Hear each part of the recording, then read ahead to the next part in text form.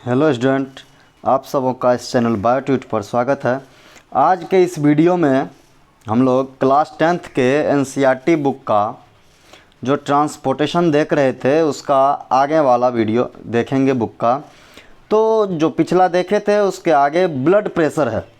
तो blood pressure क्या होता है, हम लोग जनरली यूज करते हैं शब्द ब्लड प्रेशर। तो ये ब्लड प्रेशर क्या होता है और ब्लड प्रेशर कहाँ से आता है, ब्लड में प्रेशर कहाँ से आता है। तो हम लोग देखे थे कि चूँकि हार्ट जो है वह फैलता और सिकुड़ता है। तो जब हार्ट फैलता है तो हार्ट में ब्लड पूरे बॉडी से आता है, और जब सिकुड़ता है तो ब्लड जो है बॉडी में आता है। तो हार्ट जो सिकुड़ता है तो सिकुड़ने के कारण ब्लड पर प्रेशर पड़ता है, जिसके कारण बॉडी में ब्लड जाता है। तो कहता है कि the force that blood exert against the wall of a vessel is called blood pressure. यानी कि वह फोर्स जो लगाया जाता है, यानी कि जो ब्लड पर लगता है, यानी कि ब्लड जो है जब ट्रांसफ़र होता है बॉडी में, हार्ट से बॉडी में जाता है, तो जिस पाइप से जाता है, ये वेसल्स जो है जिस पाइप से जाता है उस वेसल्स के वॉल पर जो प्रेशर एक्सर्ट करता है ब्लड, उसी प्रेशर को ब्लड प्रेशर कहते हैं। यानी कि ब्लड जो प्रेशर एक्सर्ट करता है वॉल पर, वो प्रेशर हो गया blood pressure. This pressure is much greater in arteries than in vein. इसका मतलब हो गया कि आर्टरी में जो ब्लड का प्रेशर होता है वह काफ़ी ज़्यादा होता है वेन के प्रेशर से। यानी कि वेन में जो ब्लड का प्रेशर होता है वह कम होता है, आर्टरी में जो ब्लड का प्रेशर होता है वह काफ़ी ज़्यादा होता है। The pressure of blood inside the artery, the pressure of blood inside the artery during ventricular systole contraction is called systolic pressure। अब ये सिस्टोलिक प्रेशर क्या हो गया, सिस्टोल मतलब होता है कंट्रैक्शन। तो जब आर्टरी में ब्लड आता है वेंट्रिकल के सिस्टोल के कारण, वेंट्रिकल के सिकुड़ने के कारण आर्टरी में जब ब्लड आता है तो उस दौरान जो आर्टरी पर प्रेशर पड़ता है उसको हम लोग सिस्टोलिक प्रेशर कहते हैं। And the pressure in artery during ventricular diastole, उसको हम लोग डायस्टोलिक प्रेशर कहते हैं। एक हो गया वेंट्रिकुलर सिस्टॉल, एक हो गया वेंट्रिकुलर डायस्टॉल। तो हम लोग जनरली जो मापते हैं ब्लड प्रेशर वह 120/80 जो होता है, तो 120 जो रेंज है वो वेंट्रिकुलर सिस्टॉल होता है, वेंट्रिकल के कंट्रैक्शन के कारण जो प्रेशर जनरेट होता है। और 80 mmHg जो होता है वह वेंट्रिकुलर डायस्टॉल, यानी कि वेंट्रिकल के रिलैक्सेशन के कारण जो प्रेशर जनरेट होता है वो होता है। The normal systolic pressure is about 120 mm of Hg and diastolic pressure is 80 mm of Hg। ये वैल्यू है जो नॉर्मल ब्लड प्रेशर का होता है। यदि इससे ज़्यादा हो जाता है, मान लीजिए कि 160/100 हो गया तो हाई ब्लड प्रेशर हो गया, 100/60 हो गया तो लो ब्लड प्रेशर हो गया। तो ये डायस्टोलिक और सिस्टोलिक जो प्रेशर होता है, यानी कि वेंट्रिकुलर सिस्टोल के कारण जो होता है वो ये 180 वाला 120 वाला होता है, और वेंट्रिकुलर डायस्टॉल के कारण जो है वो ये 80 वाला होता है। तो वेंट्रिकुलर सिस्टोल और वेंट्रिकुलर डायस्टॉल के कारण जो प्रेशर एक्सर्ट होता है वॉल पर, उसी को हम लोग ब्लड प्रेशर कहते हैं। Blood pressure is measured with an instrument called sphygmomanometer. Blood pressure को मापने के लिए एक इंस्ट्रूमेंट का यूज़ किया जाता है, जिसको स्फेग्नोमैनोमीटर कहते हैं। हाई ब्लड प्रेशर को ही हम लोग हाइपरटेंशन कहते हैं। ये हाइपरटेंशन जो है ये हाई ब्लड प्रेशर के कारण होता है। और जो कारण है हाई ब्लड प्रेशर का, क्या कारण है, तो कंस्ट्रक्शन ऑफ आर्टरियोल्स।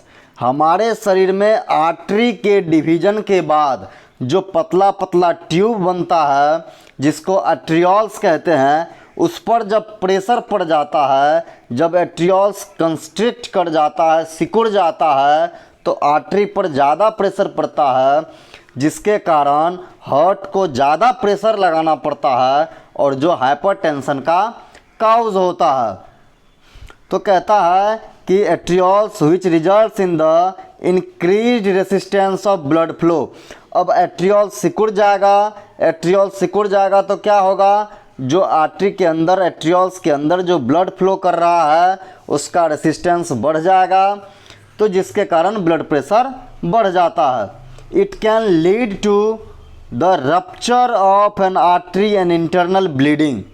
किसके कारण, तो हाइपरटेंशन के कारण, हाई ब्लड प्रेशर के कारण आर्टरी फट भी सकता है। और इंटरनल ब्लीडिंग, इंटरनल ब्लीडिंग कहते हैं हमारे शरीर के अंदर जब कभी ब्लड वेसल्स फट जाता है और खून निकलना शुरू हो जाता है तो उसको हम लोग इंटरनल ब्लीडिंग कहते हैं। इसके बाद है a the tube blood vessels. Arteries are the vessels which carry blood away from the heart to various organ of the body। Artery क्या हो गया, आर्टरी जो है वह ब्लड को अवे फ्रॉम द हार्ट ले जाता है, यानी कि ऐसा ब्लड वेसल्स जो ब्लड को हार्ट से दूर ले जाता है उसको हम लोग आर्टरी कहते हैं। जो वो चाहे बॉडी के किसी भी ऑर्गन में ले जाए, लेकिन हार्ट से ब्लड निकल करके बॉडी के किसी भी ऑर्गन में जाता है तो उसको हम लोग आर्टरी कहते हैं। Since the blood emerge from the heart under high pressure the arteries have thick elastic wall. कहता है कि चूँकि ब्लड जो है हार्ट से जो निकलता है तो वह हाई प्रेशर के साथ निकलता है, इसीलिए आर्टरी का वाल जो है वह थिक होता है और इलास्टिक होता है। यानी कि आर्टरी का वाल थिक और इलास्टिक होता है। और क्यों होता है, क्योंकि उसके अंदर ब्लड जो है वह हाई प्रेशर के साथ बहता है। Vein collect the blood from different organs and brings back to the heart. Vein जो है हार्ट में ब्लड लाता है, पूरे बॉडी से ब्लड को कलेक्ट करके हार्ट में ब्लड को लाने का काम करता है veins. They do not need thick walls because the blood is no longer under pressure. यानी कि वेन में ब्लड का हाई प्रेशर नहीं रहता है, इसीलिए उसके वाल को थिक होने की ज़रूरत नहीं होती है। Instead they have valves. किसमें वाल्व्स होता है, तो वेन में होता है। क्यों होता है, ताकि बैक फ्लो को रोक सके। Ensure that the blood flow only one direction. Blood जो है केवल एक ही डायरेक्शन में फ्लो करे, उसके बैक फ्लो को रोकता है। ऑन रीचिंग एन ऑर्गन और टिश्यू, ब्लड जो है किसी ऑर्गन या टिश्यू में पहुंचने के बाद कहता है the artery divides into smaller and smaller vessels brings to blood in contact with the all the individual cell. Artery जो है वह डिवाइड करता है और लगातार डिवाइड करने के बाद बहुत पतला पतला वेसल्स बनाता है और प्रत्येक सेल तक, प्रत्येक इंडिविजुअल सेल तक ब्लड को पहुंचाने का काम करता है। The smallest vessels have wall which are one cell thick and called capillaries. कहता है कि सबसे स्मॉलेस्ट वेसल्स जो है, जो एक ही सेल का मोटा होता है, एक ही सेल के लेयर का बना होता है, वन सेल थिक लेयर, उसको हम लोग कैपिलरीज कहते हैं। क्या कहते हैं, तो कैपिलरीज कहते हैं। किसी भी चीज़ का एक्सचेंज ऑफ मटेरियल जो होता है ब्लड और सराउंडिंग्स के बीच, वह इसी कैपिलरी में होता है। The capillary then join together to form veins. Capillary फिर ज्वाइन करके वेन का निर्माण करता है। That convey the blood away from the organ और टिश्यू, और फिर वह ब्लड को ऑर्गन या टिश्यू से दूर ले जाता है। मेंटेनेंस बाय प्लेटलेट्स कहता है कि what happens if the system of tubes develops A leak, यानी कि क्या होगा यदि ये ट्यूब जो है हमारे शरीर में जिससे होकर के ब्लड बहता है उसमें एक लीक हो जाए, एक छेद हो जाए। Think about situations when we are injured and start bleeding.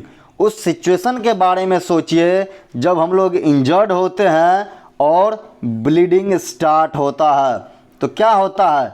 Naturally the loss of blood from the system to be minimized. हमारे शरीर में नेचुरली ऐसा सिस्टम है कि ब्लड का लॉस जो है वो कम से कम हो।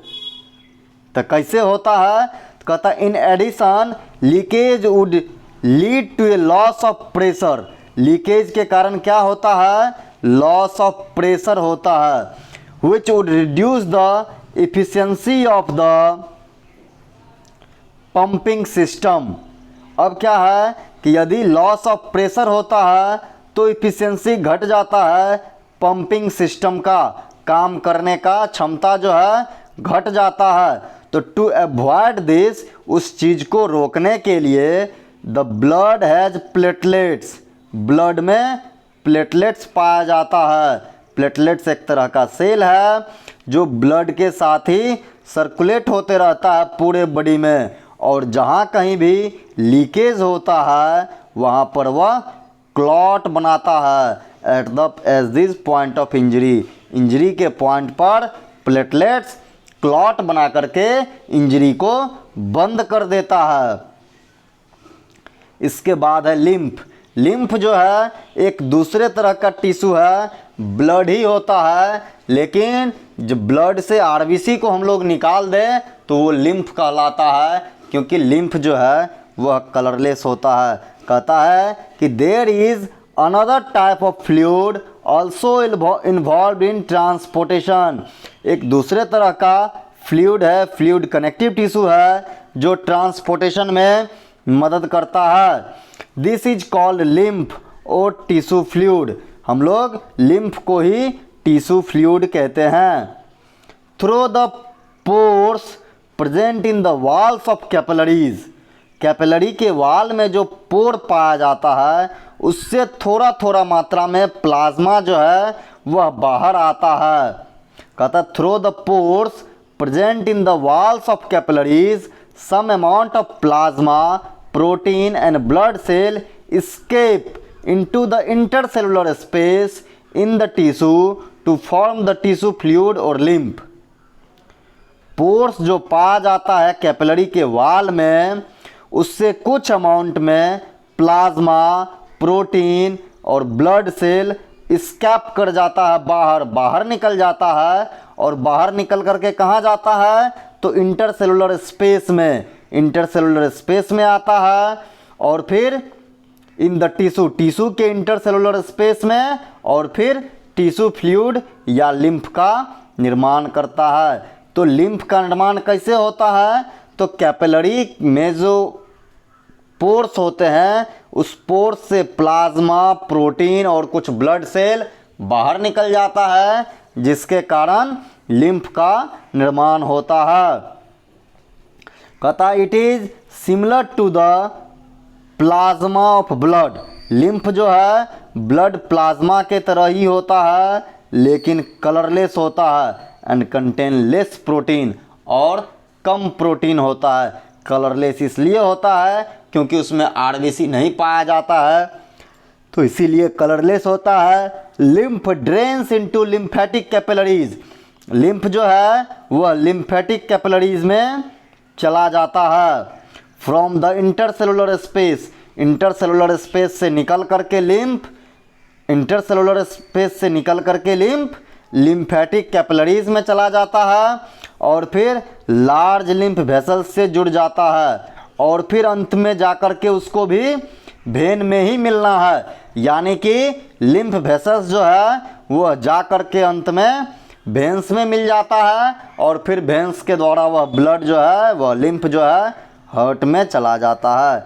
Lymph carry digested and absorb fat को कैरी करता है इंटेस्टाइन से and drains access fluid from extra cellular space back into the blood, और एक्स्ट्रा सेलुलर स्पेस से ब्लड में फ्लूइड को ले जाता है। तो ये हो गया ट्रांसपोर्टेशन जो क्लास 10th का है। नेक्स्ट वीडियो में हम लोग ट्रांसपोर्टेशन इन प्लांट को देखेंगे।